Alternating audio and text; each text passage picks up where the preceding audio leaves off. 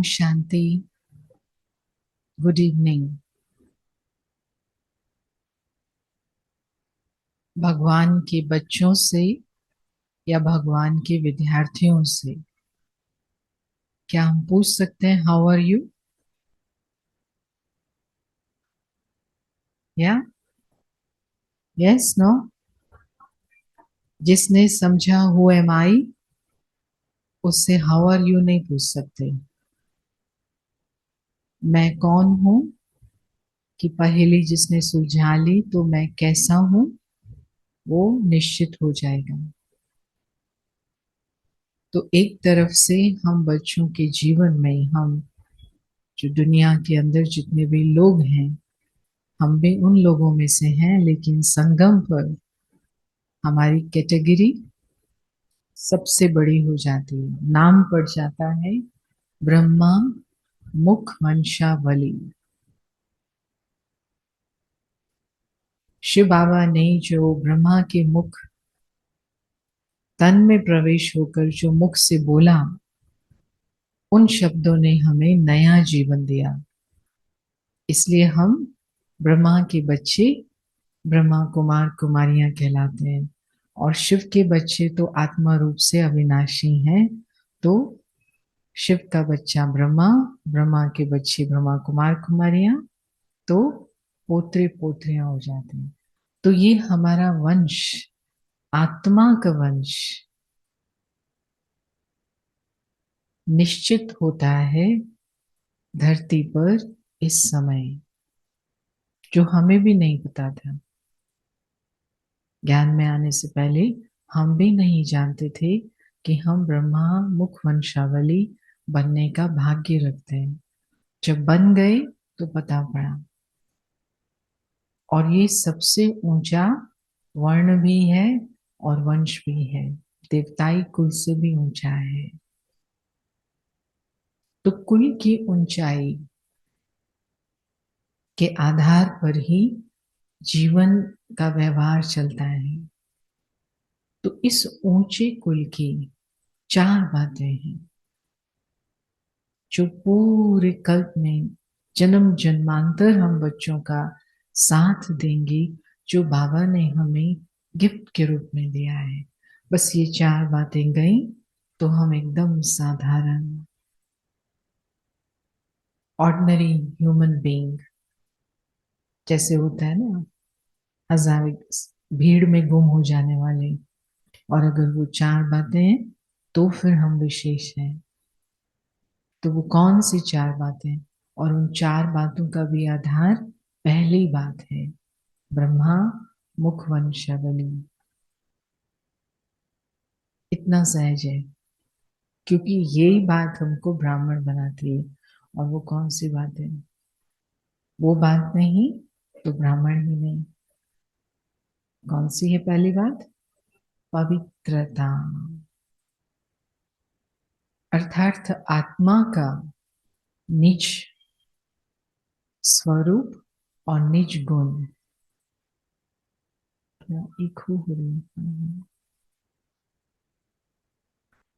क्योंकि देहधारी के रूप में हमने अपना धर्म कौन सा बना लिया था? अपवित्रता। हमारा धर्म, हमारे रीति रिवाज, अपवित्र बोल, अपवित्र दृष्टि, अपवित्र पहनना खाना। और जैसे ही बाबा ने बताया कि आप लाइट हो, ज्योति बिंदु हो, तो प्रकाश बिंदु का बिंदु माना पवित्र, ज्योति का बिंदु माना उसमें अंधेरा नहीं है। तो लेकिन बाबा ने एक शब्द ऐड किया कि जीवन मुक्ति सदगति का लक्षण है संपूर्ण पवित्रता। खाली पवित्रता नहीं, खाली एक पहले विकार की पवित्रता नहीं, लेकिन पहले विकार को निकालने की शक्ति भी तब आएगी जब आप हर कर्मेंद्रियों को पवित्र बनाओगे। यहाँ से खाते क्या हो, यहाँ से बोलते क्या हो, यहाँ से सुनते क्या हो, वो ही निश्चित करेगा कि आत्मा संपूर्ण पवित्र जीवन कहाँ तक जी पाएगी। क्या पवित्रता बिना शुद्ध भोजन के संभव है? क्या शाकाहारी भोजन को शुद्ध भोजन कहते हैं? क्या शाकाहारी भोजन शुद्ध भोजन कहलाता है? शाकाहारी भोजन आत्मिक स्थिति में रह करके बनाया गया, प्रभु को स्वीकार कराया गया, शुद्ध रीति से धन को कमाया गया और इस मुख द्वारा डाला गया। ये हमको भगवान ने शिक्षा दे दी कि अगर ये नियम, ये स्तंभ है,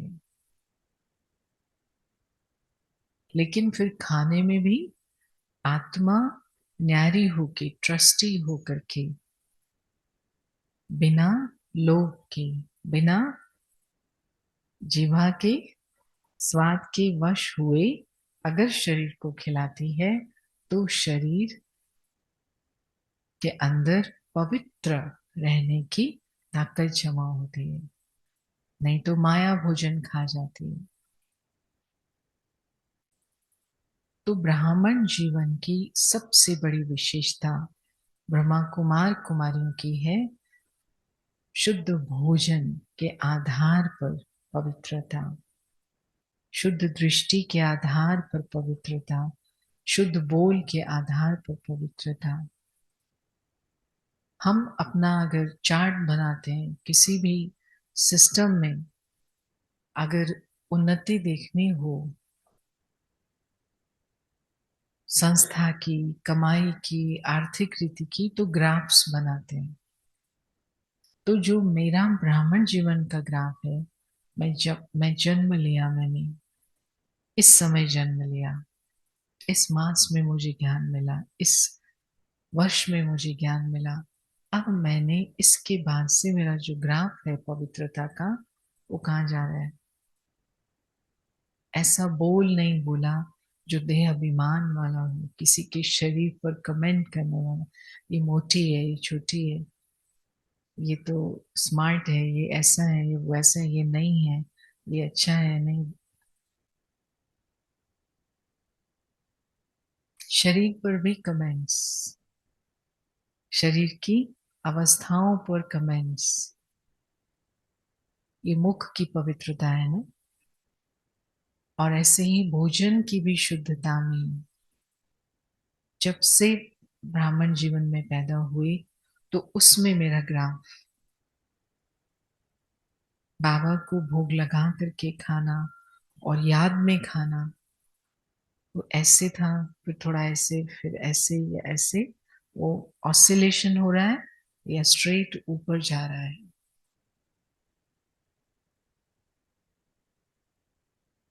और अगर ऊपर जाता है, पवित्रता की शक्ति जमा होती जाती है, तो सबसे पहले आत्मा की लाइट एक्सपैंड होती है, जिसको ऑरा कहते हैं। जो यहाँ पर आत्मा रूपी बाबा का बच्चा है, निराकार शिव बाबा का, उसकी लाइट एक्सपैंड होती है। अर्थात दूसरों को महसूस होता है कि इनको कुछ मिला है, उनको दिखाई देने लग जाता है। हमको जहाँ लाइट जगी होगी वहां जो कुछ भी है स्पष्ट होगा, कंफ्यूजन नहीं होगा किसी को, ये क्या है, कैसे है, क्या समझते हैं, होगा क्या। हुँ? अंधेरा हो तो ऐसे ऐसे हाथ लगाए, ये सोफा है कि टेबल है। हुँ? ये काले कलर का है या पीले कलर का है, लाइट जगी होगी, नो क्वेश्चन, ये है। हुँ? हिंदू, मुस्लिम, सिख, ईसाई, ये यहाँ से मालूम पड़ता, लेकिन हमने अपनी पवित्रता को अचल, अखंड बनाना है, बना करके रखना है। ये है नंबर वन पुरुषार्थ, पुरुषोत्तम बनने के लिए हमारे कर्म, पवित्रता फर्स्ट। क्यों? क्योंकि उसके लिए ही परमात्मा मनुष्य सृष्टि पर आते हैं। कितने धर्म स्थापक आए, क्या किसी ने भी इस प्रकार से पूरा अपना जीवन तन मन धन से सोच से घर गृहस्थ में रहने वालों को, सिर्फ सन्यासियों को नहीं, घर गृहस्थ में रहने वालों को क्या ऐसे कमल पुष्प समान जीवन जीने का रास्ता दिखाया, या उस पर चलाने की विधियां बताई, या उस पर चलाने के लिए रोज की रोज मुरली सुनाई? तो पवित्रता का सागर परमात्मा आते ही हैं संपूर्ण पवित्र बनाने के लिए।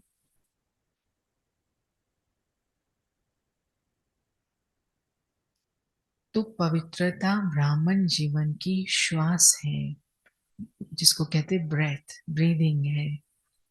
उसके जैसे दिल रुक जाता है तो शरीर चलेगा, तो ऐसे ही पवित्रता का ग्राफ ऊपर नीचे होता है तो वो जीवन हेल्दी नहीं माना जाता। और स्वस्थ होते हैं, ब्रीदिंग ठीक रहती है, तो फिर स्माइल रहती है। तो पवित्रता की मुस्कुराहट में और देह अभिमान की खुशी में जमीन आसमान का अंतर है। कितनी भी प्राप्तियां हो जाएं व्यवहारिक जीवन में, स्किल्स आ जाए, टेक्निक आ जाए, एजुकेशन आ जाए, धन मिल जाए, लेकिन अगर पवित्रता नहीं है संपूर्ण या कम है तो अंतर पड़ता है।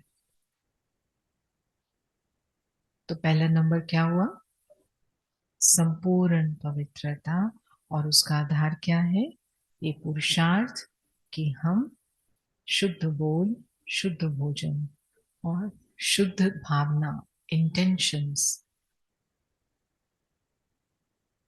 क्योंकि बोल दूसरे सुनेंगे, अशुद्ध भोजन मेरा दूसरे देखेंगे, दिखाई देगा, लेकिन इंटेंशंस सिर्फ मुझे मालूम पड़ती हैं। वो अंदर मेरी कैसी भावना है। तो दुर्भावना, दुर माना किसी को नीचे गिराने वाली भावना, तो बिल्कुल नहीं, क्योंकि परमात्मा नीचे गिरे हुओं को उठाने आता है। तो उसकी पोत्री क्या किसी को गिराने के काम में लग सकती है? तो हम ऐसे थोड़ी किसी को धक्का देंगे, गिराते तो नहीं है, लेकिन इंटेंशंस में भी बाबा ने ये तो ऐसा ही है, ये तो बदलने नहीं वाला है, बोला हुआ है ना बाबा ने, कि ये भी किसी के लिए सोचना ये धक्का देना है। हाँ, हमने बहुत कोशिश की, लेकिन फिर भी किसी का व्यवहार, दुर्व्यवहार, धोखा देने का व्यवहार या किसी बात को छुपाने का व्यवहार, वो कम नहीं होता। लेकिन फिर भी मुझे क्या करना है, कैसी भावना रखनी है, क्या बोला हुआ है बाबा ने? हुँ? क्यों? क्यों? क्योंकि मैं शिव परमात्मा की पुत्री हूँ। और बाबा भी कहते हैं, पढ़ाते हैं, चाहते हैं, शुभ भावना रखते हैं, शुभ आशा रखते हैं, मेहनत बहुत करते हैं बच्चों के ऊपर, लेकिन न्यारे किया तो बाबा का दिल जीता, नहीं किया तो फिर बाबा दुर्व्यवहार नहीं करते, दुर्भावना नहीं रखते, दुश्मन नहीं बना, ये दुश्मन है मेरे, मेरा नाम बदनाम कर दिया। हम्म, अच्छी बात है ना? तो हम किस बात में भी शेष हो गए? हाईएस्ट डिग्री ऑफ प्यूरिटी, जिसको कहते हैं एब्सोल्यूट प्यूरिटी, परमात्मा के समान। वो जो पवित्रता का प्रकाश है बच्चे का भी, वो संभव है सिर्फ इस जन्म में। तो उसकी मुझे टेस्ट लगनी चाहिए। जैसे कहते हैं ना, ये इसको चीज टेस्टी लग गई है, ये रोज बनाते हैं, इसको आलू बड़े अच्छे लगते हैं, ये रोज बनाती है, तो इसको प्योरिटी बड़ी भा गई है, इसको ना प्योरिटी की लत लग गई है, बाकी सारी दुनिया इधर हो जाए, लेकिन पवित्रता, वो, इसको वो दुनिया में लत लगना कहते, और इसको कहते बाबा लगन लगना, श्रेष्ठ लक्ष्य, लगन की अगन में आ जाना।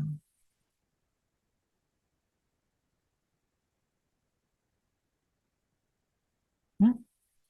तो किसकी पवित्रता की बात चल रही है? पुरुषों की, किसी के दादा की, किसी के पति की, किसी की पत्नी की, किसकी? मेरी। मैं कौन? आत्मा। आत्मा की पवित्रता।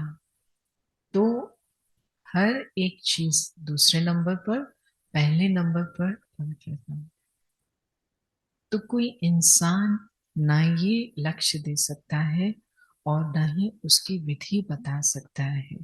तो स्वयं परमात्मा कह रहे, तो मैं किसी के सामने भी खड़ी नहीं हो सकती हूँ प्रश्न लेके कि मैं तो संपूर्ण पवित्र बनना चाहती हूँ, लेकिन ये कारण है। या पार्टनरशिप में जो दूसरी आत्मा है, वो इस बात को नहीं समझती क्योंकि वो यहाँ पर नहीं आती। ये कौन, किसको हम प्रश्न देते हैं? क्या मैंने समझ लिया है कि ये बात कौन बता रहा है? किसी की हिम्मत थी घर गृहस्थ में रहने वाली माताओं को, भाइयों को आकर के कहे संपूर्ण पवित्र बनो? भगवान ने आके बोला है। तो नंबर वन है ये। तो अभी आप अपने को देखिए कि am I addicted to purity? Am I purity addict? क्या मुझे पवित्रता का एडिक्शन हो गया है ना? जो एडिक्शन होता है ना, वो उसके बिना रह नहीं सकता। Am I that much addicted? जिसको बाबा कहते हैं नशा, ये है रूहानी नशा। और उस अनुभव में परमात्मा की पवित्रता की जो लाइट है, वो रोज उस पवित्रता के सागर के नजदीक जाके बैठने के एडिक्ट हो गए। मुझे रोज उसकी कंपनी चाहिए। मुझे पवित्र आत्माएं बहुत अच्छी लगने लग गई। I miss them. मैं रोज क्लास में भागती हूँ। I miss pure family. मुझे प्योर पवित्र आत्माओं के साथ सेवा करना बड़ा अच्छा। I miss serving with them. ऐसे मिस करे वो अंदर से, खींचे पवित्र परिवार। हम्म? ऐसे नहीं, ठीक है देख लिया, हाँ ये तो ऐसा ब्राह्मण है, ठीक है, ये पवित्र आत्माएं हैं। तो अब पवित्रता सूक्ष्म स्थिति है, सूक्ष्म एनर्जी है, करंट है, लाइट है, स्पेशल लाइट है। जैसे सतरंगी किरणें होती हैं, तो उसमें सिल्वरी, सिल्वर की चमकती हुई किरण, वो पवित्रता का प्रतीक है, चमकने वाली स्थिति। तो जब अंदर ये स्थिति है, तो हम बाहर जो अपना एटमॉस्फेयर बनाएंगे, कौन से कपड़े पहनने हैं, कैसा घर के अंदर चूज करना है, जो कलर्स का गामा है, जो उसकी रेंज है, कैसा करेंगे?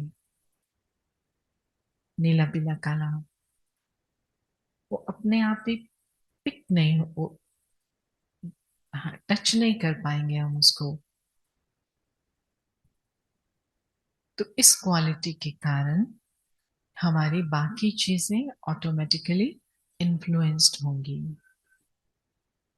हम किसी से पूछ नहीं सकते कि अच्छा हम अभी ब्रह्मा कुमार कुमारियां बन गए हैं, हम यहाँ आते हैं, हम कौन से कलर के कपड़े डालें। ठीक है, ये जो मेरी चॉइस है, मेरी पवित्रता की स्थिति उसको डिक्टेट करेगी, उसको डायरेक्ट करेगी, मेरी चॉइस को। कि जो उसको रिफ्लेक्ट करे, मेरी अंदर की स्थिति को जो दिखाए, वही मैं आसपास रखूंगी।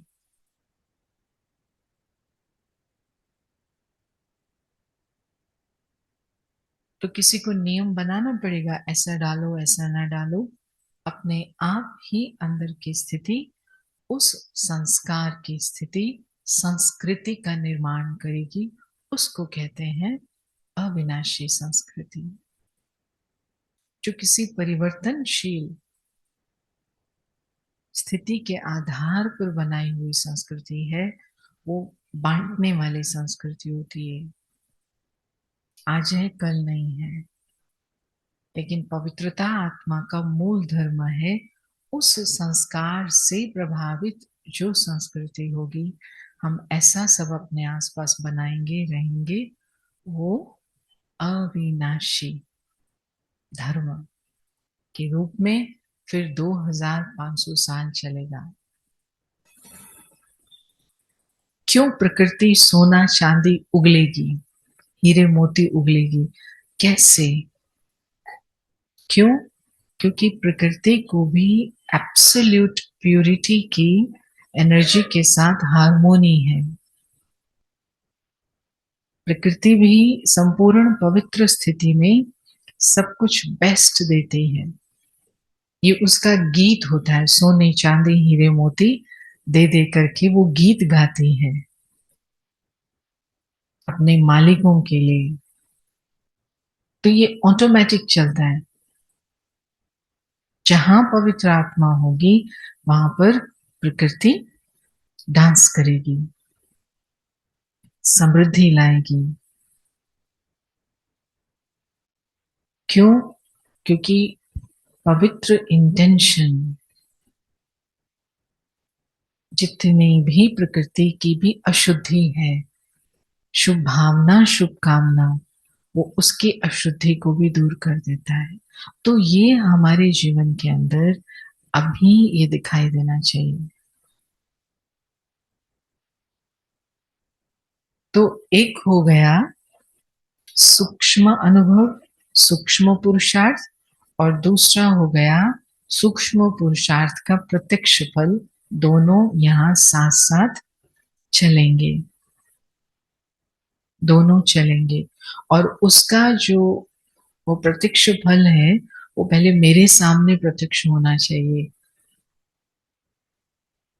और वो जब मेरे सामने होगा, तो फिर संबंध परमात्मा के साथ और गहरा होगा, क्योंकि उसने ये मुझे पवित्रता दी है, उसने ये मुझे सिखाया है। बिना फल के बाबा के साथ गहरा संबंध नहीं होगा। तो ये तो उस अनुभव वाली आत्माएं बैठी है ना। लेकिन उस पवित्रता में ऑसिलेशन नहीं हो, ऊपर नीचे जो होता है किसी भी एलिमेंट के कारण, चाहे वो भोजन का हो, चाहे वो नेत्रों द्वारा अनावश्यक समाचार पर चिंतन की बातें, या मनुष्य बुद्धि की रचना जो है। मनुष्य बुद्धि की रचना क्या है? ये टेक्नोलॉजी में जो कुछ भी कर रहे हैं, किसकी है वो रचना? मनुष्य बुद्धि की। वो किस लिए कर रहे हैं? क्योंकि बहुत डरे हुए हैं एक दूसरे से, इतने डरे हुए हैं, सबके बारे में सब कुछ जान करके संतुष्ट होना चाहते हैं। अच्छा, अब हमें पता है क्या है दुनिया, ये क्या है। आत्मस्थिति में हमें किसी के बारे में, किसी को कुरेदने की, किसी का पास्ट को रिसर्च करने की, पूछने की जरूरत नहीं पड़ती। आत्मस्थिति में हम डरे हुए नहीं होते। तो वो जो ओवर ऑब्सेशन है, ओवर इंटरेस्ट है, दूसरों की लाइफ में जानना, कौन क्या खाता है, कैसे सोता है, कैसे चलता है, दुनिया क्या करते है, उधर क्या करते है, सब उसका कारण है सब डरे हुए हैं। ये हमारे से आगे कैसे हैं, ये इतने अमीर कैसे हैं, ये इतने सुंदर कैसे हैं, सब सब कुछ जानना चाहते हैं दूसरों को, क्योंकि स्व के ऊपर ध्यान नहीं है। तो पवित्र आत्मा अर्थात संपूर्ण सेल्फ फोकस्ड, पूरा फोकस स्वयं पर है, और यहां पर फोकस होकर के परमात्मा के नजदीक आकर के फिर अन्य आत्माओं के जीवन को पॉजिटिवली इन्फ्लुएंस कर सकती है। ठीक, दूसरी बात कौन सी है? ब्राह्मण जीवन की दूसरी विशेषता कौन सी है? वो भी हमारी बिल्कुल स्पष्ट रेगुलर, उसके बिना हमें ब्राह्मण टाइटल ही नहीं मिलता है। हम्म, मुरली, तो उसको हम कहते हैं, खाली मुरली नहीं है, फिर उसका धारण करना, रिवीजन करना, बाबा को याद करना, ट्रैफिक कंट्रोल करना, उसको कहते हैं ब्राह्मण जीवन की दिनचर्या। दिनचर्या, और दिनचर्या भी तपश्चर्या के रूप में। जगदीश भाई साहब हमेशा उसका वर्णन इस रूप से करते थे कि एक जो पर्टिकुलर टेम्परेचर है, जैसे बॉडी का टेम्परेचर अगर इस डिग्री से कम हो जाए तो कितने सारे काम ठीक नहीं होंगे, कितने सारे हार्मोन्स निकलेंगे नहीं। अगर इस डिग्री से ज्यादा हो जाए तो भी काम नहीं होगा। तो जो संस्कार और स्वभाव परिवर्तन नहीं होता, कि वो बाबा कहते कि अग्नि ठंडी है, टेम्परेचर ही नहीं है आत्मा का, ठंडा हुआ पड़ा है सब, तो वो स्वभाव परिवर्तन नहीं हो रही है ना। मालूम, छोटी सी बात है, किडनी है, स्टमक है, पैनक्रियास है, लेकिन वो हार्मोन्स कब निकालेंगे? जब टेम्परेचर कितना होना चाहिए बॉडी का? कितना? 98.456, चलो चलेगा, 6 तक, 7 चलेगा, 5 चलेगा, उसके ज्यादा इधर उधर होता है तो सारा इन्फ्लुएंस हार्मोनल सिक्रेशन पे होता है। वो अंदर ही अंदर खराब हो जाते हैं, निकल रहा है हार्मोन लेकिन खराब हो गया, क्योंकि उसको इतना टेम्परेचर चाहिए। तो जो स्वभाव है वो क्यों नहीं बदल रहा है?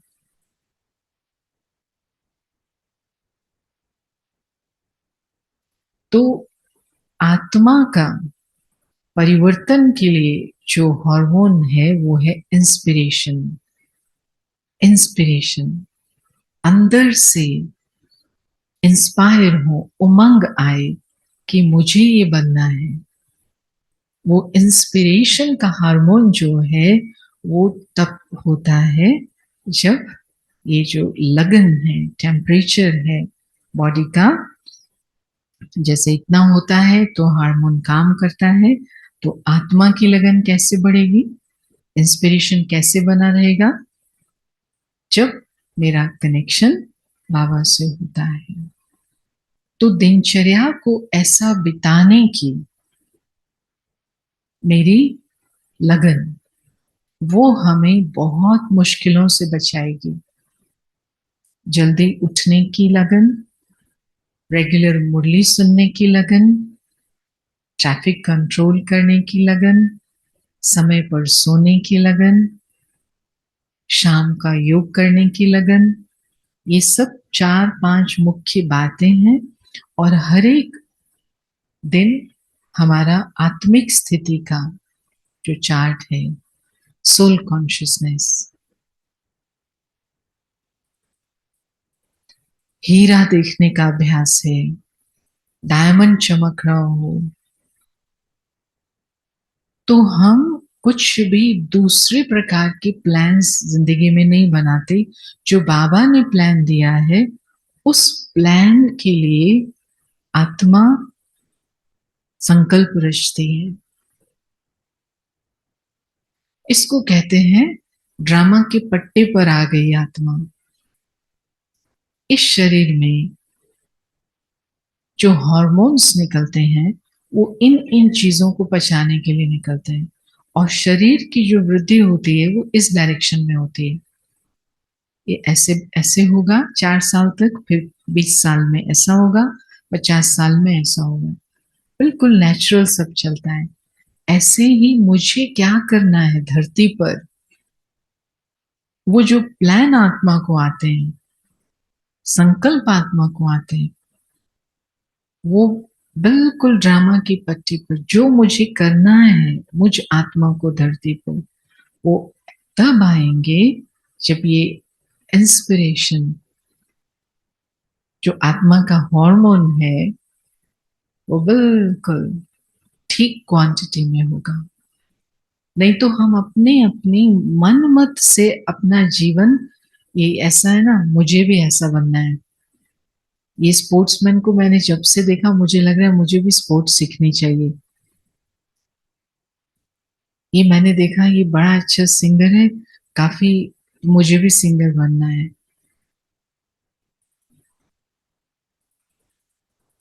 और इसके कारण अभी हम देख रहे हैं विश्व के अंदर में, जिसको कब, ये अभी से थोड़ी, 2500 साल से हम डुप्लीकेट तो छोड़ो, ट्रिप्लीकेट, क्वार्टरप्लेट, कितना एक दूसरे की लाइन के पीछे फॉलो कर रहे हैं, इंसान को फॉलो कर रहे हैं।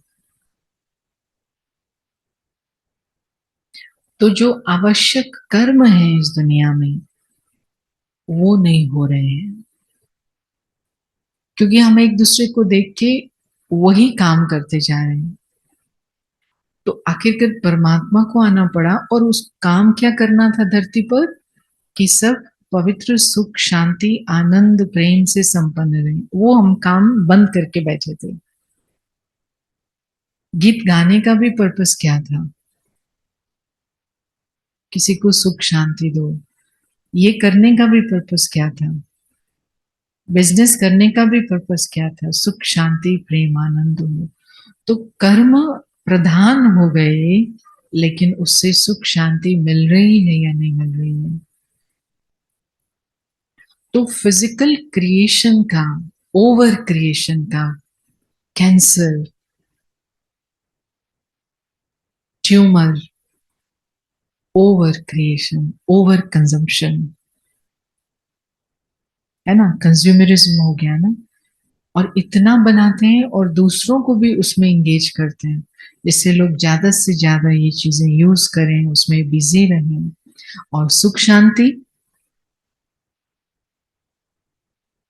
तो दूसरी चीज क्या है, दिनचर्या। दिनचर्या होगी तो ड्रामा की पट्टी पर जो करना है इस धरती पर, और किसी चीज में टाइम वेस्ट नहीं होगा। किसी को देख करके हम किस, ये देख के इंस्पायर हुए, उसमें खतरा है।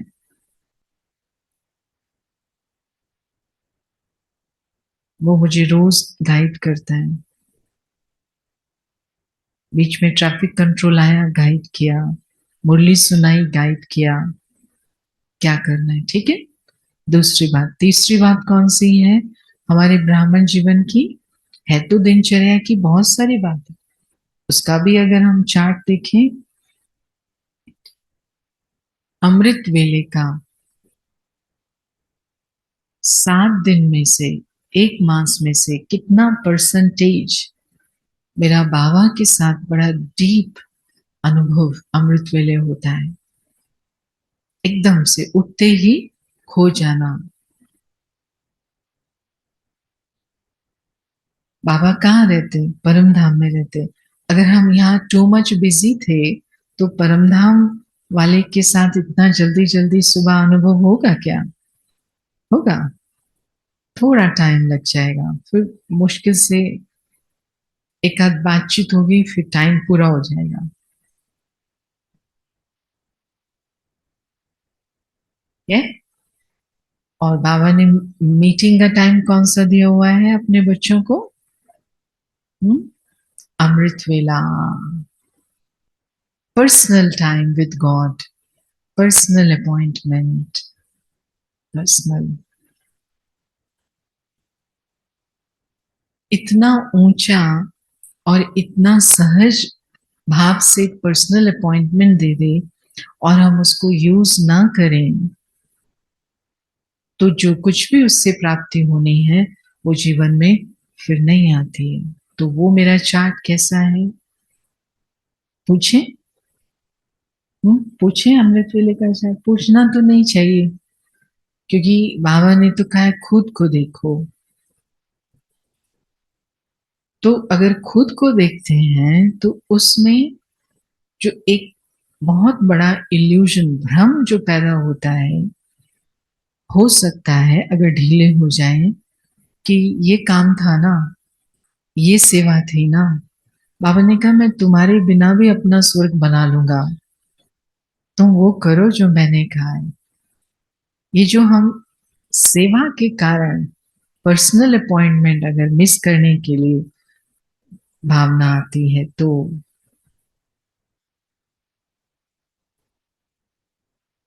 ऐसे ही मुरली, ऐसे ही ट्रैफिक कंट्रोल, हर एक चीज का, देर इज नथिंग सिंपल या इनसिग्निफिकेंट। कोई भी चीज महत्व की ना हो इस दिनचर्या में, ऐसा नहीं है। हर एक चीज का महत्व है, और अगर वो रेगुलर है तो फिर बाबा के नजदीक आते हैं। Got it? तीसरी चीज कौन सी है? पवित्रता, दिनचर्या। और पवित्रता में भी फिर कौन कौन सी बार बार कौन सी बात? संपूर्ण पवित्रता। तीसरी बात कौन सी है? वो भी बड़ी कॉमन है, जैसे ही हम आते वो बाबा फिक्स करते हैं, क्या है? हेलो, हाँ जी।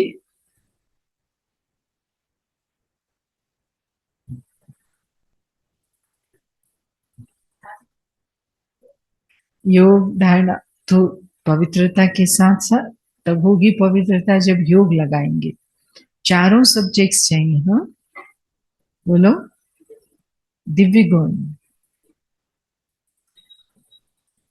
तीसरी बात, ये सारे जो उत्तर हैं ठीक है, लेकिन इन सबसे जो चीज मिलती है उसकी बात हो रही है। वो तीसरी बात है परमानेंट, स्टेबल, अटूट दातापन की स्मृति, देता। क्योंकि अब हम उस ट्रेन में बैठ चुके हैं। देवता धर्म की स्थापना का जो सारा सिस्टम है उसमें हम एंटर कर चुके हैं। यहाँ पर ऑपरेट ही नहीं होता देवता वाला सिस्टम। टेक्निकल प्रॉब्लम आ जाती है, झगड़ा हो जाता है, मिसअंडरस्टैंडिंग हो जाती है, ये एक्सपेक्ट कर रहे हैं, फिर ये हो जाता है, फिर ब्रेक डाउन हो जाता है। मेरा ब्रेक डाउन हो जाता है क्योंकि मैंने एक्सपेक्ट करना शुरू कर दिया, फिर हो गया, फिर मैं कुछ नियम तोड़ देती हूँ, फिर ये एब्सोल्युटली डेंजरस। तो जो दातापन की मोड में रहे, ये जो हमारा सिस्टम है, स्मृति उसको बाबा बोलते हैं, गिवर एटीट्यूड, दातापन की पूरा संगम में उस मोड में रहने का पुरुषार्थ। लेकिन नीचे आने में पूरा खतरा है। कम ज्यादा दातापन हो गया, लेकिन लेवता वाले मोड में एंटर कर गए तो गॉन केस, टेक्निकल ब्रेकडाउन,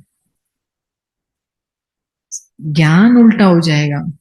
वो मशीन जैसे होते हैं ना, वो ए स्टैंप लगाने की बजाय कुछ टेढ़ी टेढ़ी स्टैंप लगाना शुरू कर देती है। होता है। ब्रेड मशीन पता नहीं कैसी ब्रेड बनाना शुरू कर देगी, कॉफी मशीन पता नहीं कैसी कॉफी बनाना शुरू कर देगी। ऐसे ही आत्मा जो है वो बिल्कुल अपनी सहज स्थिति में नहीं रहती। वो देवता बनने की बजाय वो न इंसान रहता है, न पता नहीं कैसा हो जाता है वो व्यक्ति। तो बाहर वाले भी कहते हैं आप लोगों से तो लौकिक लोग ज्यादा अच्छे हैं, वो भी इतना बलिदान करते हैं, आपको तो सिर्फ इतना करना था, उसके लिए भी आप खड़े हो गए, मैं और मेरा आ गया। तो टेक्निकल ब्रेकडाउन हो गया। तो कौन सी चीज इंपॉर्टेंट है तीसरी? हाईली इंपॉर्टेंट, दातापन का एटीट्यूड, एटीट्यूड ऑफ गिविंग, देवता की वृत्ति, देना है।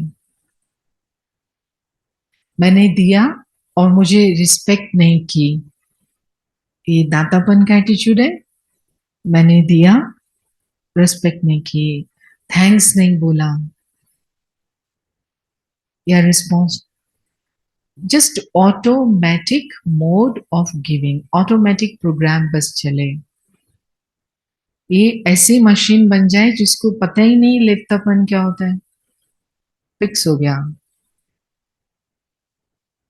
हम्म, ऐसे करना चाहिए। अच्छा है। हम्म। मैं ही देती हूँ। मैं ही देती हूँ क्या? ये नहीं करेंगे क्या कुछ? इसको भी तो समझना चाहिए। हाँ, चाहिए कभी बीच बीच में ऐसा वाला मोड नहीं, जस्ट एब्सोल्यूट होल मैकेनिज्म दातापन वाला। क्यों? क्योंकि मेरा बाबा ऐसा है। कभी बाबा ने अपना एटीट्यूड ऑफ टेकिंग दिखाया है? दिखाया है बाबा ने एटीट्यूड? अच्छा, मैं भी देखता हूं। देते देते चला गया, देते देते शांति से विदाई भी नहीं मिली। वो क्षण भूलना नहीं चाहिए, हर एक के पास वो वीडियो होनी चाहिए। लास्ट अव्यक्त बाप दादा की दादी गुजार के द्वारा पधरामनी, आप वो चेहरा देख करके ही रोम रोम में ये जो मोड है देवताई स्मृति का, वो ऑन हो जाएगा कि अब बस भी करो। लेपता बने की बातें देखो तो भगवान कितना करके चला गया, वो दृष्टि देखो, वो चेहरा देखो। अगर वो आपको भूल गई है लास्ट मीटिंग, कहीं ना कहीं से ढूंढ के उसको रोज देखो। भगवान मेरे लिए आया था और मैं उसके जाने तक भी अगर जगी नहीं थी, तब भी उसने मुझे कुछ कंप्लेन नहीं की। तो ये है थर्ड। फोर्थ फिर कभी करेंगे क्योंकि अभी टाइम हो गया। 5 मिनट योग करेंगे। नहीं, कोई क्वेश्चन भी तो हो सकते हैं ना, सारे आंसर आ जाएंगे। कितना अच्छा स्टूडेंट बैठा है पहली लाइन में। ठीक है, आप दिखाओ ना सबको अपनी शक्ल। खड़े होइए, खड़े होइए, खड़े होइए। ये बहुत अच्छा स्टूडेंट है, खड़े होइए ना। ये नंबर वन। ऐसी माताएं घर गृहस्थ में रहने वाली, अच्छी तरह दिखाइए ना, इधर भी दिखाइए। Very nice.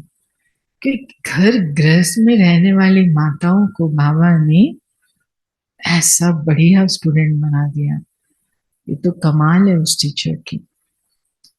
तो चौथी चीज क्या है? वो भी इन तीनों से कम नहीं है। फिर रिवाइज करें। फर्स्ट नंबर संपूर्ण पवित्रता, सेकंड नंबर दिनचर्या, अमृत वेले की महानता, और तीसरा नंबर एडिशन। मशीनरी, मेरी देवता वाली मशीनरी, सारी सोल की थिंकिंग, पूरी बुद्धि, मन बुद्धि संस्कार देवता वाले। चौथा, वो लोग भाई बता सकते इसको। चौथा, हम्म, दाता वाला हो गया ना। मैं कह रही हूँ भाई बता सकते हैं तो उसमें भी कनेक्शन है, माताएं भी बता सकती हैं। क्या रह गया हमारे ब्राह्मण जीवन का? हम्म, सेवा। लेकिन सेवा में भी बाबा क्या बोलते, आज की मुरली में भी बोला, कल भी बोला, चौथी बात है जिसको देवतापन के साथ कनेक्शन उसका पूरा है, बेहद की निर्विघ्न, बेहद की निर्विघ्न लाइफ, निर्विघ्न ग्रहचारी मुक्त जीवन, ग्रहचारी मुक्त जीवन, निर्विघ्न। ग्रहचारी कब आती है? ग्रहचारी माना क्या?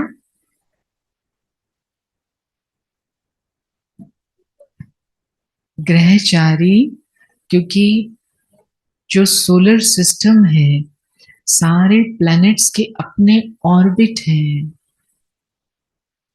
तो ग्रहचारी मुक्त माना परमत और मनमत से पूरे मुक्त होकर के चलने से ग्रहचारी मुक्त बन सकते हैं, क्योंकि तब हम बाबा के ऑर्बिट में रहते हैं।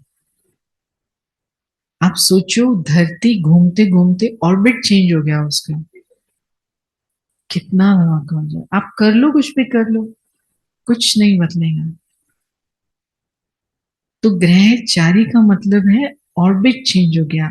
जो ब्राह्मण जीवन था, जो वृक्षपति की जो ब्लेसिंग थी, उस ब्लेसिंग से बाहर हो गए ग्रहचारी। तो उस ग्रहचारी में तो हमें एकदम से पकड़ लेना चाहिए, भाग भाग के back to the orbit. Sorry बाबा, सॉरी बाबा, सॉरी बाबा। और हम कई बार ग्रहचारी को स्थापित करने में लग जाते हैं, अपने उस व्यवहार को या उस अपनी गलती को सिद्ध करने में लगे रहते हैं। जो सजा दे दो बाबा, मुझे मंजूर है, चाहे कुछ भी हो जाए, मैं उसको सिद्ध नहीं करूंगा। और जो चाहिए, जो इसके कारण मेरे जीवन से जा रहा है, सब चला जाए, लेकिन ये ग्रहचारी से बाहर आने के लिए बाबा जो खड़ा, मुझे अपने ऑर्बिट में आना है।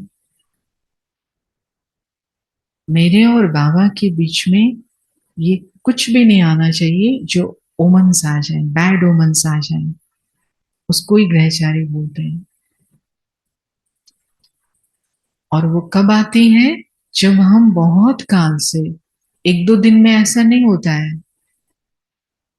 हमने थोड़ा सा बस इनकी मत में आके, या फिर किसी आत्मा के, हर आत्मा का परमात्मा के आसपास का ऑर्बिट है, हम उसके ऑर्बिट में चले गए, आत्मा के ऑर्बिट में चले गए, दूसरों के प्लैनेट में चले गए।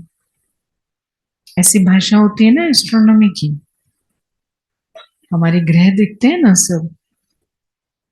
तो हम ज्योतिषी तो नहीं है, लेकिन हम सबके लिए बाबा ने ग्रहचारी शब्द का जो यूज किया है, वो किसी आत्मा के पीछे चले गए, बड़ा नुकसान कर दिया। तो उसमें सिद्ध नहीं करना होता एकदम से, और ही बाबा पूरी सजा दे दो बाबा, मुझे खत्म करना है उसको। और हम क्या करते? और ही सिद्ध करते हैं। लेकिन ये नियम है, जैसे ही ग्रहचारी बैठती है, ऑटोमेटिकली वो शुरू हो जाते हैं सजा। उसे स्वीकार कर लेना चाहिए, बाबा से माफी मांग लेनी चाहिए, और फिर से अपने ऑर्बिट में आ जाना चाहिए। मतलब एक बार, दूसरा ना कोई। तो ग्रहचारी मुक्त, समझ गए ये चौथी बात? सारी बातों से और भी कितनी इंपॉर्टेंट है। कोई भी आत्मा के मत में, ऑर्बिट में नहीं जाना, एक परमात्मा ज्ञान सूर्य की प्रभाव में रहना है। वो शक्ति चलाती रहेगी मुझे, ठीक है? तो ये चार बातों की शोभायमान हमारा जीवन है, और ये बनी रहे तो ये जीवन सफल होता जाएगा।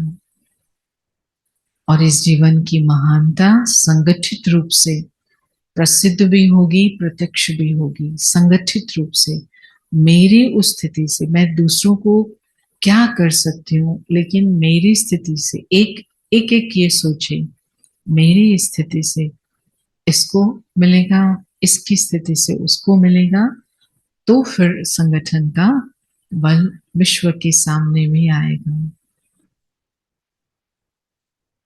ओम शांति। तो अभी हम बाबा की याद में बैठते हैं, फिर दीदी आपसे हेलो करेंगे। 1 मिनट साइलेंस में बैठते हैं।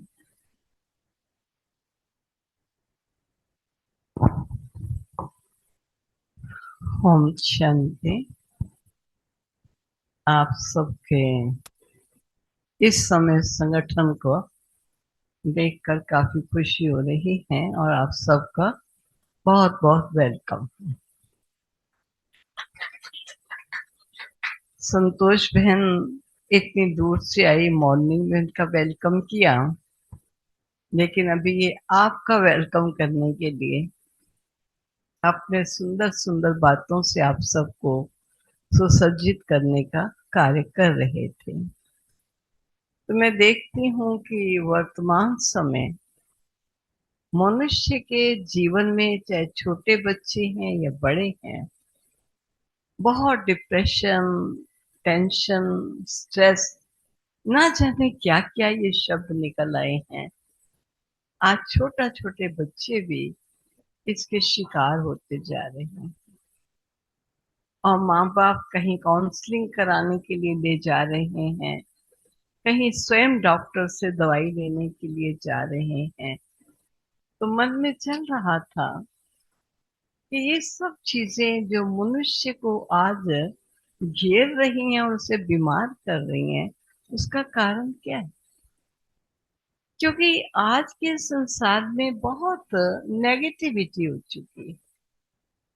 मानव के मन में पवित्रता नहीं, संबंध में पवित्रता नहीं, आहार, विचार, व्यवहार में पवित्रता नहीं।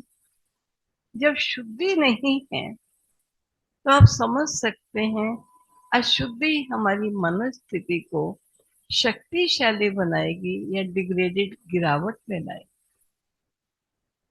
कोई भी किसी का बोल, किसी का कर्म और व्यवहार जब नकारात्मक होता है, जो मानव का मानव के प्रति नहीं होना चाहिए, अगर इस प्रकार का देखने में आता है तो मनुष्य उस बात को ले लेता है।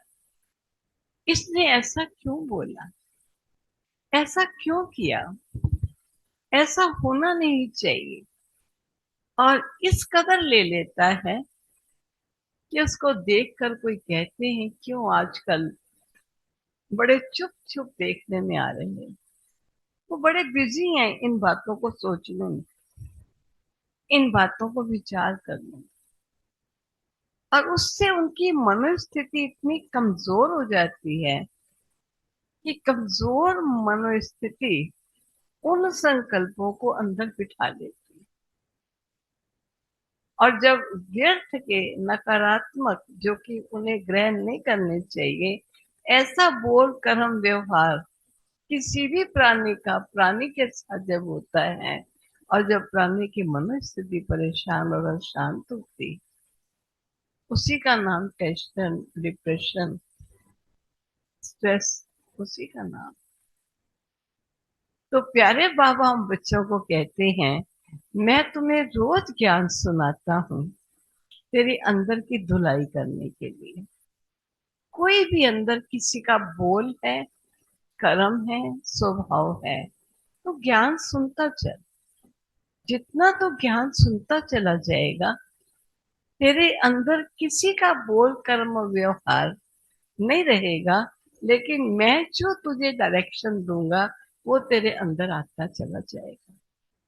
और हमने हजारों नहीं लाखों को देखा जिनके जीवन में डिप्रेशन, टेंशन, स्ट्रेस था, लेकिन ईश्वर के ज्ञान से उन्होंने अपने को ठीक किया। ठीक करने का कोई दवाई नहीं मिली, कोई स्पेशल ट्रीटमेंट नहीं मिला। जो बाबा ज्ञान सुनाते हैं उस ज्ञान को अंदर लेकर गए, कानों तक नहीं सुना लेकिन हृदय ग्राही बने। और जब किसी चीज को हृदय ग्राही बन के अंदर ले जाते हैं, अगर नेगेटिव अपना प्रभाव दिखा सकता है तो क्या पॉजिटिव अपना प्रभाव नहीं दिखा सकता? सकारात्मकता भी तो बहुत बड़ा बल है। तो शिव बाबा बच्चों को कहते हैं बातें सुनो, लेकिन सुनकर उनको अंदर ले जाओ, ताकि आपके अंदर कुछ कमजोरी या कमी है तो वो झाड़ू का काम करेगी और आपको स्वच्छ करती चली जाए। इसलिए आज किसी को देखकर भी कह देते हैं। क्यों? आजकल लगता है कोई बात है, कहते नहीं कुछ नहीं, कहते नहीं दिखाई तो दे रहा है। आपके चेहरे में रौनक थी, खुशी थी, रंगत थी, ऐसा लगता था कुछ पा लिया आपने, लेकिन अब लगता है कोई बात है, कहते नहीं दीदी आपको ऐसा महसूस हो रहा है नहीं कुछ भी। हर एक को बताना नहीं चाहते, बात तो होती। और बाबा कहते हैं अगर तेरे अंदर ज्ञान चला जाए, अंदर गहरा, इस ईश्वरीय ज्ञान की धारणाएं चली जाए गहरी, तो क्या तेरा चेहरा, तेरी चलन और तेरे रूप से किसी को पता नहीं चलेगा इनको कुछ मिला, इन्होंने कुछ पाया, कोई इनके अंदर परिवर्तन आया है। अगर वो नकारात्मक परिवर्तन दिखाई देता है तो सकारात्मक भी दिखाई देता है। वो कहते कहने की जरूरत नहीं है, आओ ज्ञान सुनो, अपने जीवन को संवारो और सुधारो। यही विशेष आज बात सुना भी रहे हैं कि पवित्रता है तो वो भी हमारे अंदर आनी चाहिए। आप कितनी अच्छी बात कही कि बाबा ने कहा है मैं भक्तों का अलग टाइम रखता हूँ, तुम्हारा टाइम अलग रखा है। ये तुम्हारा अमृत वेले का टाइम है बच्चों से बाप के मिलने। कोई भी बात आपको मेरे से कहनी है तो मुझे अमृत वेले बता देना। और अगर आपको मेरे द्वारा कोई शक्तियों की आवश्यकता है तो अमृत वेले बैठकर मेरे से शक्तियां ले ले। तेरी कमजोरी को मैं ठीक करूंगा और तेरी उलझन को मैं मिटा दूंगा। लेकिन हम छोटी सी बहाना सा लगा देते हैं। रात को देर से सोए थे ना, सुबह नींद नहीं खुली। सुबह लग रहा था मेरी तबीयत थोड़ी ठीक नहीं, सो जाऊंगी तो ठीक हो जाऊंगी, मैं सो गई। ये नहीं हमने सोचा कि मुझ आत्मा के लिए भगवान ने टाइम निश्चित किया है कि ये टाइम है तेरे मेरी अपॉइंटमेंट का। जो भी तेरे मन में बात आए तू मुझे इतने प्यार से और स्नेह से बता देना। मैं कान वाला नहीं हूं, लेकिन मैं तेरे संकल्पों को कैच करता हूं, तो केवल संकल्प कर देना। बाबा ये बात ऐसे है। मैंने तो देखा सचमुच कई बाबा का बहुत फायदा लेते हैं। बाबा मैं जा रही हूँ फलानी जगह पर, आज तो गाड़ी को लेट कर देना बाबा। भले उसमें अपना ही निजी स्वार्थ हो सकता है, किसी को वो जल्दी चले, लेकिन पहुंचना तो अपने ही टाइम पर। लेकिन अचानक मेरी कार बड़ी लेट चली, कुछ कारण ऐसा बन गया, जाना जरूरी है। और बाबा को कह रहे बाबा आज प्लीज बाबा आज गाड़ी को लेट करना, क्योंकि आज आगे से नहीं कहूंगी लेकिन आज मेरे से ये गलती हो गई, गाड़ी लेट हो जाती। हमने देखा एक बहन थी खास, उसने बाबा के लिए एक एम्बलम बहुत सुंदर सा बनवाया, और ये था कि नया हॉल जो बनेगा उसमें ये एम्बलम लगना चाहिए। और ट्रेन से उस समय ट्रेन 10 मिनट वहां खड़ी होती थी, जल्दी जल्दी गए उस सुनारे से जल्दी, और वो भी पॉलिश कर रहा था। पॉलिश में उसको और 5 मिनट लगने थे, तब तक तो ट्रेन निकल जाए। का बाबा को कहा बाबा ये तेरे हॉल में एम्बलम लगना चाहिए, और बाबा ट्रेन को रुकाए रखना हम आ रहे हैं। बाबा उसको रुकाए रखना, और सच में रुक जाता है। मैं कल अनुभव सुन रही थी एक भाई का, वो यही सुना रहा था कि मेरा एग्जाम था और इस प्रकार कई एग्जाम, कईयों को टेस्ट उस समय हो रहा था, और जो इंटरव्यू लेने वाले थे उन्होंने लगभग 30 स्टूडेंट्स को रिजेक्ट कर चुके, और वो टोटल 40 स्टूडेंट्स थे, उन्होंने 3-4 ही लेने थे। मैं डर रहा था कि बाबा मेरा नंबर आ जाएगा और मेरा क्या होगा। बाबा आप बैठे हो, बाबा आप मेरी रक्षा करना, बाबा आपने ही मुझे पास कराना है और कोई कराने वाला नहीं। और बाबा का वो अच्छा आज्ञाकारी बच्चा है। और कहा कि जब मेरा टाइम आने वाला था अभी, तो उस भाई को थोड़ा वॉशरूम जाना था और उनके घुटनों में पेन थी, तो उन्हें लिफ्ट में जाना था। लिफ्ट में चले गए, लेकिन लिफ्ट में चले तो गए, लिफ्ट खुले ही नहीं। अब लिफ्ट खुली नहीं और वो वॉशरूम में जाने के लिए लिफ्ट में खड़े। नीचे इंटरव्यू वाले एक नहीं थे, 4 लोग थे। शेष 3 ने कहा, डिसाइड किया कि हम कम से कम वो आने में, उनको क्या मालूम कारण क्या हो गया है, देर हो रही है, चलो चौथा स्टूडेंट जो है जिसका नंबर है उसको बुलाओ, उसका हम इंटरव्यू ले लेते हैं जब तक वो आ जाएंगे। और उनका इंटरव्यू, अपने उस भाई का इंटरव्यू हो गया, वो सिलेक्ट हो गया। और उतने में वो सिलेक्ट होके बाहर निकलता है और वो अंदर प्रवेश कर रहे हैं। तो बाबा ने उसको रोक दिया, क्योंकि वो इसी मूड में थे कि मुझे इतनों को रिजेक्ट कर दिया, बस 3 चुनने। उसका नंबर आ गया। बाबा कहते हैं मैं वो काम भी कर दूंगा जो तेरे से असमर्थ है, मैं कर सकता हूँ, लेकिन तू मेरे पर विश्वास तो कर, मुझे अपना सच्चा पिता तो जान। मैं तुझ आत्मा का पिता हूँ, जन्म जन्म का तेरा पिता हूँ। शरीर के तेरे कई पिता बने और कई पिता बदले, मैं तेरा पिता हर जन्म का विनाशी हूँ और तेरी जीवन गाथा को मैं जानता हूँ। इसलिए बहुत अच्छी बात कही कि अमृत वेला मिस नहीं करना, खान पान की बड़ी शुद्धि रखना, वो भी बहुत जरूरी है। हमारी पढ़ाई के प्रति हमारा इतना लगन हो कि ज्ञान सुने नहीं, लेकिन उसको अंदर धारण करें। जिसको हमारे बाबा शब्द देते थे, बच्चे कोई भी बात लिंगे लगनी चाहिए, अर्थात उसका इफेक्ट होना चाहिए, समझ होनी चाहिए। कोई बात आपको नहीं समझ में आती है तो अलग पर्सनल टाइम दीजिए। बहनों को कहो, हमको ये बात पूरी समझ में नहीं आ रही, प्लीज हमको अलग टाइम दीजिए और ये बात हमको स्पष्ट कीजिए। अगर यहाँ नहीं करोगे तो कहाँ करोगे। दाता ज्ञान देने आया है, इंसान ज्ञान नहीं दे रहा। विश्व की अन्य देशों की आत्माएं इस ज्ञान को मान रही हैं, और जिस देश में स्वयं भगवान अवतरित हुआ है उस देश के वासी न माने तो कितना पश्चाताप हो। इसलिए इन बातों को जो सुना, तो अपने आप से पूछता कि मेरे लिंगे कितनी लगी है, मैंने अंदर कितना लिया है।